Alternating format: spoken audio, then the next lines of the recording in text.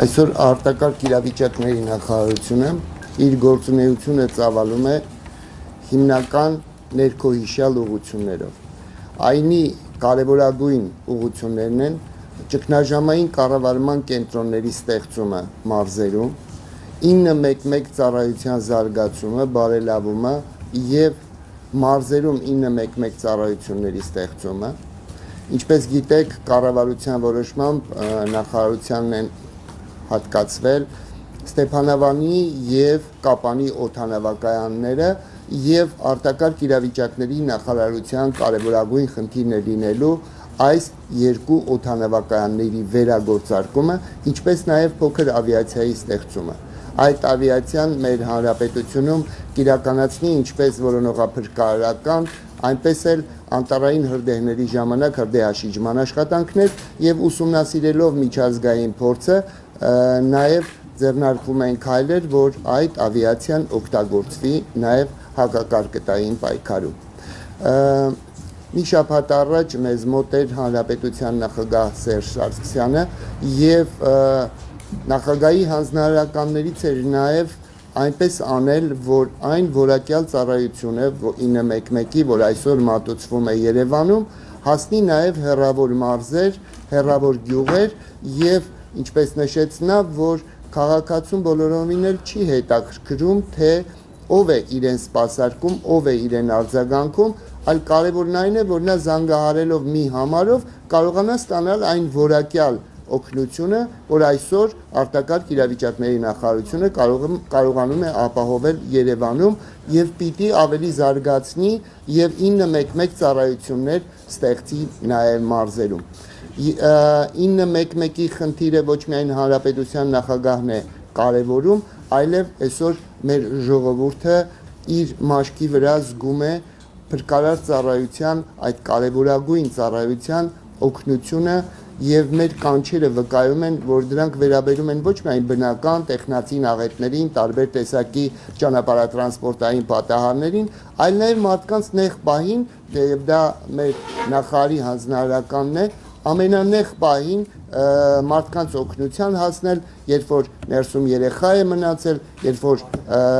մարդը առողջական խնդիրներ ունի եւ չի կարողանում եւ նույնիսկ բժիշկները չեն կարողանում նրան տեղափոխել, մեր փրկարարները հասնում են եւ օգնում նրանց։ Այսօր մեր երկրում կարևորագույն մի խնդիր է դրված ստեղծել պետության այն կարևորագույն բարի ժպիտով, բարի դեմքով են ծառայությունը, որը հուսալի իր ջլապին ձեռքն է մեկնում բնակչությանը եւ աջակցում նրան նեղ պահին։ Եվ մեր գլխավոր հենց խորհուրդը ամբողջ գործունեության հենց դա է, որ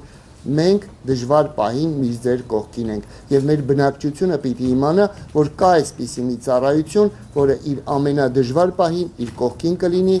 եւ, ինչպես ասում են, մատից ուժ կհանի։ Այսօր արտակարգ իրավիճակների նախարարությունը իր գործունեության մեջ հիմնական ուղղվածությունը ոչ միայն բնակչության այսօրվա արձագանքման հետ կապված աշխատանքներն է բարելավում, այլև լուրջ աշխատանքներ է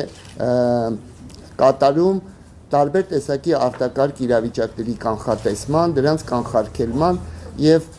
ուղղությամբ, ինչպես նաեւ հետևանքների վերացման։ Կարևորագույն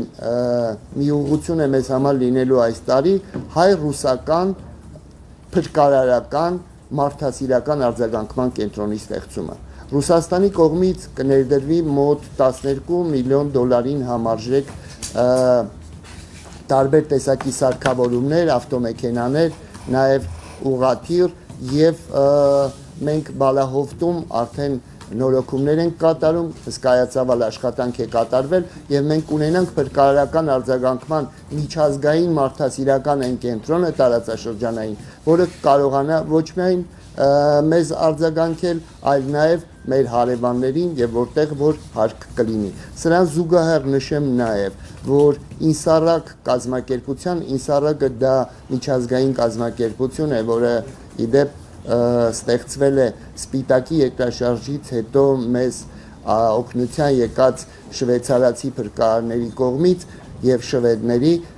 նրանք ստեղծել են այսպիսի մի կազմակերպություն, որը ամենաբարձր որակյալ փրկարարական օգնություն է ապահովում ամբողջ աշխարհում եւ այդ փրկարները իրար հետ խոսում են մի լեզվով, տեխնիկապես նույն կերպ են հագեցված եւ ամենաբարձր մակարդակներն ներկայացնում։ Սեյսմիկ իրավիճակը մեր երկրի գտնվում է նախարարի ամենօրյա ուշադրության կենտրոնում եւ այս ուղղությամբ կատարվող աշխատանքները առաջինը Գառնի միջազգային դիտակայանը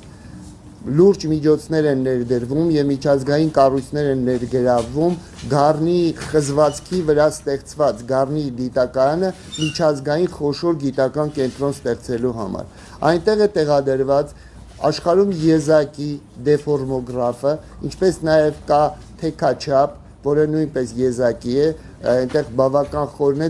ձեզանից շատերը երևի տեղում են տեսել, մյուսները հեռուստատեսությամբ, դա բավական բարձր խորության վրա եւ խորության վրա է գտնվում եւ այնտեղ հիմա տեղադրվում են ժամանակակից թվային այնտեղ գտնվում է նաեւ ամերիկյան Iris կայանը եւ հիմա այս ամեն ինչը թվայնացվում է եւ այս տարի նորովի կներկայանա Գառնի կենտրոնը, որովհետեւ այդ կենտրոնը ոչ միայն գիտական աշխատանքներ կկատարվեն, կներկայացվեն, այլև մշտապես, այսպես ասած, մատներս կդնենք երկրի պուլսի վրա, որովհետև այդ դեֆորմոգրաֆը,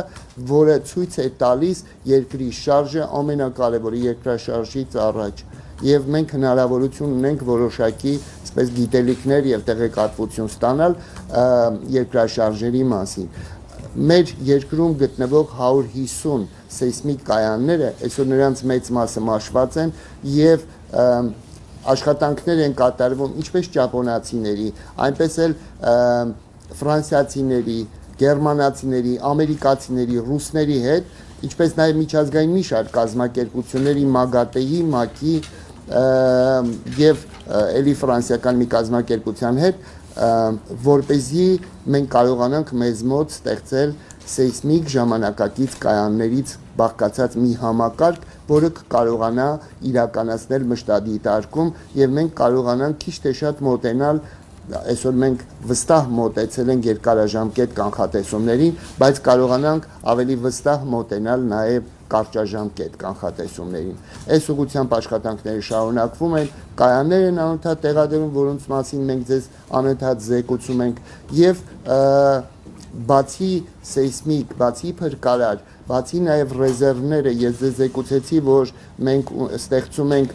հայ-ռուսական մարդասիրական կենտրոն, բայց նաեւ դուք գիտեք ռեզերվները դրանք պատերազմի ժամանակ անհրաժեշտ առաջին օգնության, սննդամթերքի, բժշկական եւ այլ, որ յուրաքանչյուր երկիր ունենում է իր ռեզերվները եւ ահա մենք օրենքի նախագիծ ենք ներկայացրել, որպեսզի ստեղծվի նաեւ արտակարգ իրավիճակների առաջին օգնության այդ փաթեթը եւ շուտով այդ օրենքը կընդունվի եւ մենք ունենանք նաեւ արտակարգ իրավիճակների համար